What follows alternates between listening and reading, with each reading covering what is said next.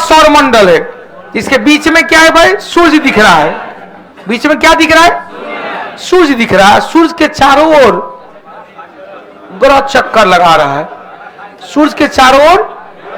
अब यहां पर चारों ओर सबसे ज्यादा ध्यान रखो, बुध के पास, बृहस्पति, शुक्र के पास एक भी ग्रह उपग्रह नहीं है, लेकिन यहां पर दिख रहा है क्या?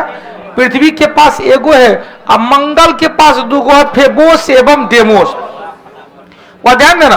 तो ये सभी ग्रह सूर्य के चारों ओर, यहां पर देखो बृहस्पति यहां दिख रहा है, या क्या बृहस्पति बाहरी ग्रह है, और चार ग्रह जोवियन ग्रह न कहेंगे, इसे पार्थिव ग्रह कहेंगे या आंतरिक ग्रह कहेंगे।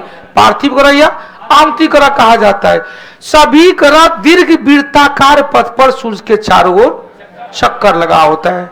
किसने कहा था? केपलर ने कहा था। किसने कहा था? ग्रहों के गति का नियम किसने दिया था? केपलर ने। किसने दिया था? केपलर ने क्या कहा था? सभी ग्रह सूर्य के चारों ओर इलिप्टिकल पाथ पर चक्कर लगा। किस पथ पर? दीर्घ वृत्ताकार पथ पर। किस पथ पर? अब क्वेश्चन, सबसे तेजी में कौन चक्कर लगा रहा है? तो भाई ये केपलर ने कहा था जो ग्रह सूर्य के जितने पास रहेगा उसका परिक्रमण काल ज्यादा रहेगा, ज्यादा रहेगा, परिक्रमण गति ज्यादा रहेगी। और जब ये गति ज्यादा रहेगी तो समय कम लगेगा। जैसे जैसे सूर्य से दूरी होता जाएगा गति कम होगी, जब गति कम होगी तो परिक्रमण काल ज्यादा होगा। छोटा सा एग्जांपल हमने कहा, आप दौड़ के जाइए डेरा, आपको कह रहे दौड़ के जो कॉपी लेते आ, दौड़ ले गए, दौड़ ले आगे, 20 मिनट में आगे। आपकी गति ज्यादा थी 20 मिनट में, लेकिन आप दौड़ लेने गए, हॉल ले गए, थोड़ा देखते सुनते गए कहां क्या हो रहा है, आए 1.5 घंटा में आपकी गति क्या हो गई? तो जब गति कम समय ज्यादा, जब गति ज्यादा तो समझेगा सबसे कम समय किसको लेगा? सूर्य के चारों ओर चक्कर काटने में सबसे कम समय लिया कौन? मरकरी लिया। मात्र 88 दिन में सूर्य के चारों ओर चक्कर लगा लेता है। मरकरी के बाद वीनस है, शुक्र है। मरकरी के बाद वीनस है, शुक्र है। शुक्र 224 दिन में चक्कर लगाता है। शुक्र के बाद कौन है? अर्थ है, पृथ्वी है, 365 दिन में चक्कर लगाता है। पृथ्वी के बाद मंगल है, 687 दिन में चक्कर लगाता है। धीरे धीरे बढ़ते 11.2, 29.2, 164 वर्ष तक चल जाता है। तो जैसे जैसे सूर्य से दूरी बढ़ती जाती है परिक्रमण काल बढ़ता जाता है, क्योंकि परिक्रमण गति। दूसरा तो एक तो ये हो गया, और सौरमंडल का सभी ग्रह में सबसे तीव्र ग्रह किसे कहा जाता है? जो अपने अक्ष पर सबसे कम समय में चक्कर लगा लेता है। अपने अक्ष पर सबसे कम समय में जो चक्कर लगाया उसे जुपिटर कहेंगे, बृहस्पति ग्रह कहेंगे। अब दिख नहीं रहा है, इस सबको पता नहीं चल रहा है कि इससे एकदम लग रहा है कि जो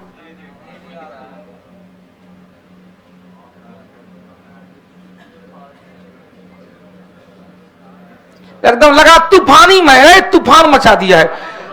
अतः इस ग्रह को तूफानी ग्रह के नाम से भी जाना जाता है। वैक्यूम क्लीनर कहते हैं किसे? जुपिटर को। क्या कहेंगे? वैक्यूम क्लीनर कहा जाता है। भैया जब महाभारत का भी देखा है, महाभारत का अतिश्री महाभारत कथा है पुरुषार्थ की परमार्थ की, वो जो गाना खत्म होता है तब आता है मैं काल हूं और पृथ्वी चक्र घूमता रहता है, पीछे से बैकग्राउंड म्यूजिक चलता रहता है। कल मैंने देखा किस तरह से महाभारत के युद्ध को प्रारंभ करने के लिए दुर्योधन को मुख्य विलेन माना गया। उससे पहले पांडवों ने भगवान कृष्ण को दूत बनाकर दुर्योधन के पास भेजा था। धृतराष्ट्र के सामने भेजा था। राजा धृतराष्ट्र था और कहा था उस सबको 5 भाई है, मात्र 5 गौ दान दे दीजिए, उसी में वह संतोष हो जाएगा। वो 5 गौ भी दान नहीं दे पाया कि ना उस सबको भगा दो, पाकिस्तान भेज दो। तो अब कहा कि ठीक है अब तो युद्ध तय हो गया। तो युद्ध तय हो गया तो भैया ये जो सेना है तो ओकरो सेना है जो तेरा सेना था, सेना का बंटवारा करो। तो दुर्योधन ने कहा वही मुंह से कह दिया कि आप उधर चल जाइए, सब सेना हमरा रहेगा। पगला को देखो, भगवान कृष्ण चले गए पांडव के पास और सारा विशाल सेना दुर्योधन के पास रहा, कौरवों के पास रहा। और इसी पानीपत के क्षेत्र में क्रूर क्षेत्र था, इंद्रप्रस्थ था, और उसी क्षेत्र में महाभारत का युद्ध हुआ। अब कहा गया 18 दिन तक युद्ध हुआ, अतः 18 पर्व कहा गया। महाभारत कितने खंड में बटा हुआ है देखो, देखो इसमें अकाउंट नंबर चेक दिया है 30, 22, 36, 37, 178, 343, 480। ये क्या दिया है इधर? सर शुक्र और अरुण को दिखाइए जो क्लॉकवाइज चलता है भैया, क्लॉकवाइज चलता है। इसमें छोड़ना, महाभारत कहानी खत्म हो गया।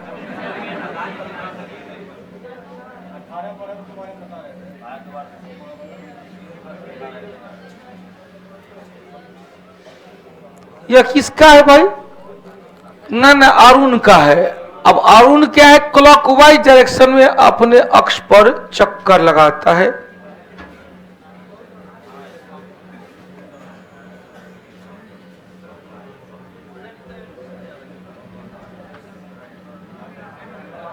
अरुण और शुक्र, अरुण और अपने अक्ष पर कैसा जाएगा? अपने अक्ष पर क्लॉकवाइज डायरेक्शन में चक्कर लगाएगा। लेकिन मात्र 2 ग्रह, ये तो अरुण है, और यदि वीनस जाएंगे अपनी अक्ष पर, देख रहे ऐसे चक्कर लगा रहे अपनी अक्ष पर। भले ही सूर्य की परिक्रमा कर रहा है उल्टा, एंटी क्लॉक डायरेक्शन, लेकिन अपनी अक्ष पर ऐसे चक्कर लगा रहा है। तो 2 ही ग्रह तो क्लॉकवाइज डायरेक्शन चक्कर लगाता। कौन कौन? इधर से 2 नंबर, इधर से 2 नंबर, इधर से 2 नंबर शुक्र, इधर से 2 नंबर अरुण। अब आइए, तो ये तो ग्रह की चर्चा फिर से सुनिए। गैसीय प्लैनेट में जाएंगे तो 4 ग्रह है। गैसीय प्लैनेट में 4 ग्रह कौन कौन है? गैसीय में, जिसे जोवियन कहते हैं, बाहरी ग्रह कहते हैं। कितने कौन कौन है? बृहस्पति है, शनि है, अरुण है, वरुण है। और क्वेश्चन से आंतरिक ग्रह में टेरिस्टेरियल प्लैनेट में कौन कौन है? 4 है। कौन कौन है आंतरिक ग्रह में? कौन कौन है भाई? कौन कौन? बुध है, शुक्र है, पृथ्वी है, मंगल है। बुध को मरकरी कहते हैं, वीनस को शुक्र हो गया, जो अर्थ हो गया पृथ्वी, अब मार्स हो गया कौन? मंगल। अब यहां से ढेर सारा क्वेश्चन हम लोग ले लिए थे ग्रह के बारे में। हाँ हो, हाँ बोलिए ना, क्वेश्चन है तो जा। हाँ ग्रेनुलेशन वो क्या है? जहां से सोलर फ्लेम निकल गया। जी जी जी जी बोलिए।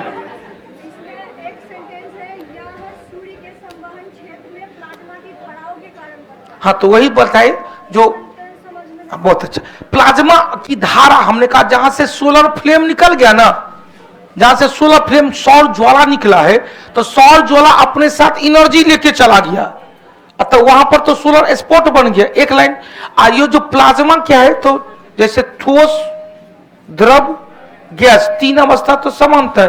प्लाज्मा और क्वेश्चन से बोस आइंस्टीन कंडेंसेट, तो प्लाज्मा एक ऐसी अवस्था है जिसका न तो आयतन निश्चित है, न ही आकार निश्चित है, लेकिन वो तरल अवस्था में पाया जाता है और गैसीय अवस्था में। तरल एवं गैसीय अवस्था दोनों हो सकता है। तो हमने कहा प्लाज्मा अवस्था से, चूंकि जो सूर्य में ऊर्जा है वो प्लाज्मा अवस्था में, न तो ठोस है, न ही गैस है, न ही द्रव है। कहते गैस तो है सबसे ज्यादा, 71% हाइड्रोजन है, 25% क्या हीलियम है, लेकिन वो और जो शेष है उसमें तरल पदार्थ है जिसे प्लाज्मा कहते हैं। तो वो प्लाज्मा जो निकला है सूर्य से समान ऊर्जा, हमने कहा सूर्य में समान ऊर्जा कहाँ है? तो गैस और द्रव में 3 वो है ना, चालन, संवहन और विकिरण। तो क्वेश्चन, चालन केवल ठोस में, संवहन हो गया द्रव एवं गैस में, और विकिरण हो गया किसी भी माध्यम में। तो सूर्य से ऊर्जा निकलता है, विकिरण ऊर्जा के रूप में हम लोग के पृथ्वी तक आता है, क्योंकि निर्वात है। विकिरण ऊर्जा तक, क्वेश्चन विकिरण ऊर्जा के रूप में हमारे पृथ्वी तक आता है, लेकिन हमारा पृथ्वी गर्म होता है किस विधि से? विकिरण विधि से। हमारा वायुमंडल चूंकि गैस है, गैस गर्म होगा किस विधि से? संवहनीय। तो संवहनीय धारा जो चलती है तो प्लाज्मा के रूप में ही वो विकृत होती है, मतलब प्लाज्मा के रूप में सूर्य से बाहर निकलते। मेरे हाथ में एक और क्वेश्चन है, आप ही का है क्या? अच्छा, क्वेश्चन है, आप जो कहे हैं कि प्लाज्मा जो निकला है वो कहां से निकला?